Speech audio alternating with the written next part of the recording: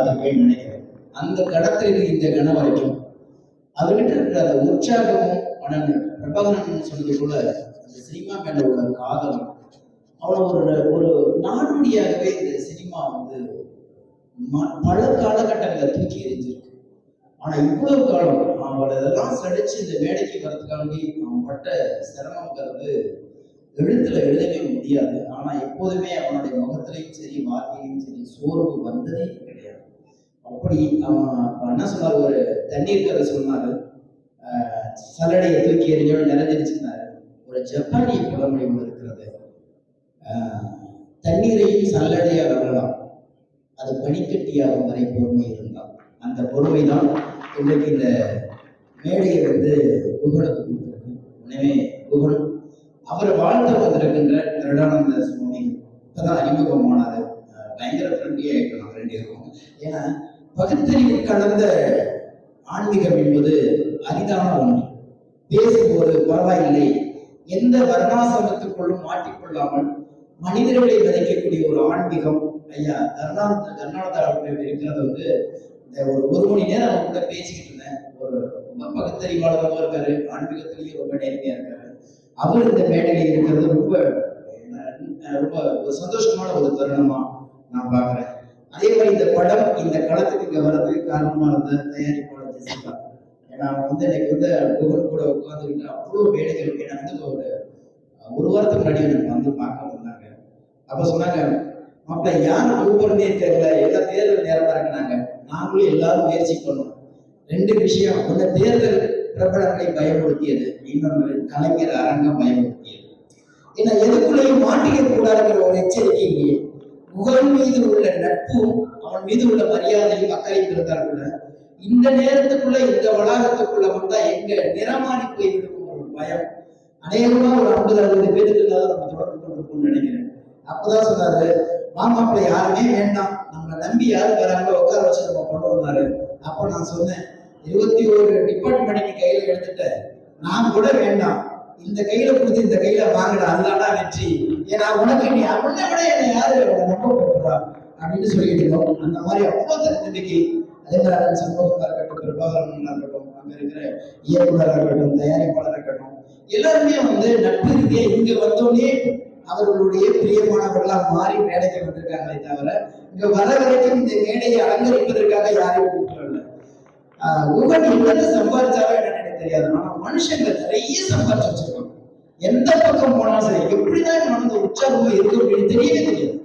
அவ்வளவு உற்சாகமான ஆடை, எப்ப கேட்டாலும் பகிரங்கமா ஏதோ ஒரு டால்பின் சவுண்ட்ல பேசுறதுனாலதான் குரல் இருக்கும். எனக்கு அதை பாத்தீங்கன்னா நீங்க டபுள் டயலாக்லயே பார்த்துருக்கீங்க.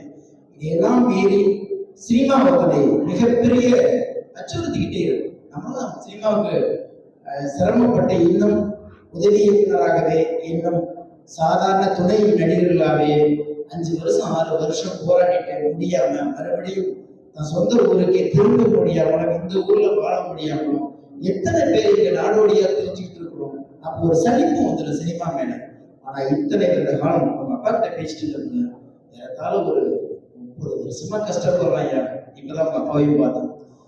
எங்க ஊர்லன்னா ஏதாவது அவனுக்கு செஞ்சு கொடுத்துருவேன். எங்களுக்கு சினிமாவில் யாருமே தெரியாதுயா. ஊர்ல எதையோ செஞ்சு கொடுத்துருவேன். இந்த ஊர்ல சினிமாவில் எங்களுக்கு என்னையா செய்ய முடியும்? ஏதோ ஆசைப்பட்டான், ஏதோ பண்றாங்க, வந்துட்டான், மேடை வரைக்கும் வந்துட்டான். இதுக்கப்புறம் கடவுள் கொடுத்த வரோம் அப்படின்னு சொல்லி அவங்க அப்பா சொல்லும் போதுதான் தெரிஞ்சு, இந்த மாதிரி அம்மா அப்பாக்கள் அமைப்பதே சினிமாக்காரர்களுக்கு கொடுத்து வச்சு வரோம். நல்லா இருக்கு, நல்லா இல்லை, அதெல்லாம் நான் எதை பத்தியுமே பேச மாட்டேன். உழைப்பவன் இறைவனின் பிள்ளை, உழைப்பவன் தோற்பது இல்லை. நீ ஜெயிச்சிட்ட பாத்துக்க. சிறப்பான முறையில் செய்திருக்கிற நமது ஹீரோ அவர்களுக்கும் மாலை வணக்கம். நம்மால இன்னைக்கு ஒரு துறையிலேயே நம்ம ஒரு துறையில வேலை பார்ப்போம். அந்த துறையில இருக்கிற வேலையுமே எங்களால சரியா பார்க்க முடியல. ஐயோ எனக்கு டென்ஷன், ஐயோ பிரச்சனை, என்னால எதையுமே செய்ய முடியல அப்படின்னு ஒரு சின்ன சின்ன விஷயத்துக்கே நம்ம எல்லாம் பயங்கரமா எமோஷனல் ஆகும். நமக்கு நிறைய டென்ஷன் இருக்கும். அப்படிப்பட்ட இதே காலகட்டத்துல 21 துறைகளையும் சிறப்பான முறையில ரொம்ப அழகா படமாக்கியிருக்காங்க. இந்த படத்தை வந்து நல்ல முறையில மக்கள் கிட்ட கொண்டு சேர்க்கிறது மீடியா நண்பர்கள் அனைவரையும் ரொம்ப பணியோட கேட்டுக்கிறேன். தயவு செய்து மக்களுக்கு இதை ஒரு சரியான முறையில கொண்டு போய் கொடுத்தீங்கன்னா இந்த படம் பெரிய வெற்றி பெறதுக்கு நீங்க பெரிய சப்போர்ட்டா இருக்கீங்க. மேலும் மேலும் வங்காளவிரிகுடா கடலை எப்படி நம்மளால அளவிட முடியாதோ அதே மாதிரி நம்ம குகன் சாரோட திறமைகளையும் இதுதான் அப்படின்னு நம்மளால அளவிட முடியாது. வங்காளவிரிகுடா படம் மேலும் மேலும் வளர்றதுக்கும் பெரிய வெற்றிகளை பெறதுக்கும் இங்க வந்திருக்கிற அனைவரும் அன்பான முறையில வாழ்த்தணும்னு வேண்டி கேட்டுக்கிறேன்.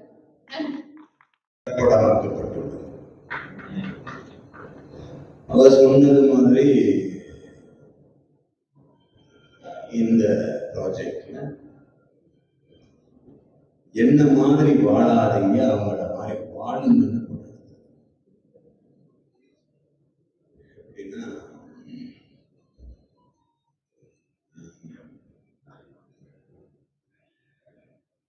ஒரு ராமேஸ்வரம் கடற்கரையில் ஒரு மீனவ கூட்டத்துக்குள்ள போறவங்க செத்ததுக்கு அப்புறம் உலக நாடுகளையே அழுக வச்சிருக்காங்க.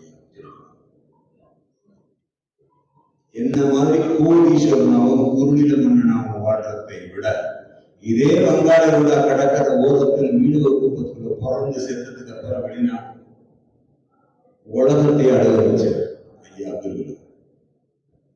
நானும் அவர் வழியில வாழணும்னு ஆசைப்பட்டு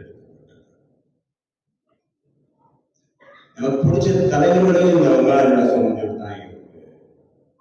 பேரறிஞர் அண்ணா அவர்கள் வாழ புரட்சி தலைவர் வாழ்விட வங்காளவிரிகுடா, புரட்சி தலைவி அம்மா அவர்கள் வாழ்விட வங்காளவிரிகுடா, டாக்டர் கலைஞர் அவர்கள் வாழ்விட வங்காளவிரிகுடா. இந்த வங்காளவிரிகுடா கடலின் நடைகள் ஓயாமல் இருப்பதை போல நமது திராவிட பாரம்பரியத்தின் நடைகளும் ஓயாமல் நட்புடன் முகன் சக்கரவர்த்தியாக முடிச்சிருக்கோம். அடுத்த படம்லாம் முடிஞ்சு லாஸ்ட் எண்ட்ல கோரிக்கை வச்சிருக்கோம் முதலமைச்சர். எல்லாரும் கொஸ்டின் கேட்டாங்க. கட்சிங்கிற அடிப்படை வந்திருக்கு, ஜாதிங்கிற அடிப்படை வந்திருக்கு, எந்த அடிப்படையில இந்த படத்தை தொட்டாலும் பூகம்பமா வெடிச்சிருக்கணும்னு பயந்து எடுக்கப்பட்டு எனக்கு தனிப்பட்ட முறையில் அப்துல் கலாம் மேல வரத்தான் அதுன்னு சொல்லியிருக்கேன். என் ஃப்ரெண்டுலாம் அடிக்க வந்தாங்க, பேசுவாங்க, என்ன மச்சான் நீ என்ன இப்படி இருக்க? இல்ல மச்சான் அதுக்கு காரணம் இருக்கு. இந்த காரணத்தை உங்ககிட்ட எங்கே சொல்லுவேன் சரிங்களா? அதே சமயத்துல இங்க வந்திருக்கிறதை யாரும் வெளியில இருந்து காசு கொடுத்து எனக்கு பேசுறதுக்கு கூட்டிக்கிட்டு வராதா? முதல் சினிமாவோட எப்படி ஒரு மேடை தலைவர், மிகச்சிறந்த எழுத்தாளர், மறக்க முடியாத மறுக்க முடியாத தலைவர் டாக்டர் கலைஞர் அவர்கள் பேசி இந்த மேடையில் நானும் பேசுவதை நினைத்து பெருமை கொள்கிறேன். அவர் எனக்கு இன்ஸ்டிடியூட்ல படிக்கிறதுக்கு ரெக்கமெண்டேஷன் பண்ணி ஒரு ஆளுகிட்ட சொல்லிவிட்டு டிஆர் பாலு, எக்ஸம்பலி கிருஷ்ணமூர்த்தி, மச்சான் பாலகர் சுரேஷ் வாழ்ந்து என்னை கையை பிடிச்சி கூட்டிட்டு போகிறாரு. என் அப்பா அம்மா 2 பேரும் வாழாங்கிட்டு வருவாரு. என் அண்ணன் சேர்த்து போயிட்டாரு. அப்போ சாமியை கும்பிட மாட்டேன். ஏன்னா திருச்செந்தூர் கோயில் தான் என் அண்ணன் ஆக்சிடென்ட் ஆயிடுச்சு. அதுல கிட்டத்தட்ட முடிஞ்சு போச்சுன்னு சொன்ன ஒரு குடும்பம் தான் இருக்கும். அதுல அப்பா அம்மா தங்கச்சி எல்லாரும் போயிருக்காரு. என் மாமா பசங்க, சின்ன பசங்க. அந்த ஆக்சிடென்ட்ல இன்னைக்கு வரைக்கும் என் குடும்பம் எழும்பி வெளியில பாருங்க.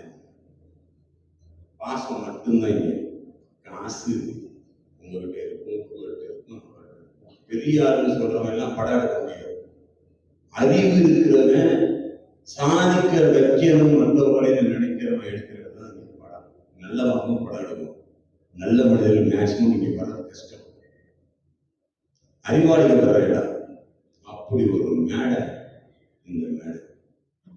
வாழும் பூமிக்கு மெரினா கடற்கரை என்ற பெயரை விட திராவிட கடற்கரை என்ற பெயர் பொருத்தமாக இருக்கும் என்று நம் பாரம்பரியத்தின் வாரிசு மாண்புமிகு முதலமைச்சர் மு.க. ஸ்டாலின் அவர்களின் கவனத்திற்கு இந்த வங்காளவிரிகுடா திரைப்படத்தின் வாயிலாக பரிந்துரை செய்கிறேன். பணிகொண்டோட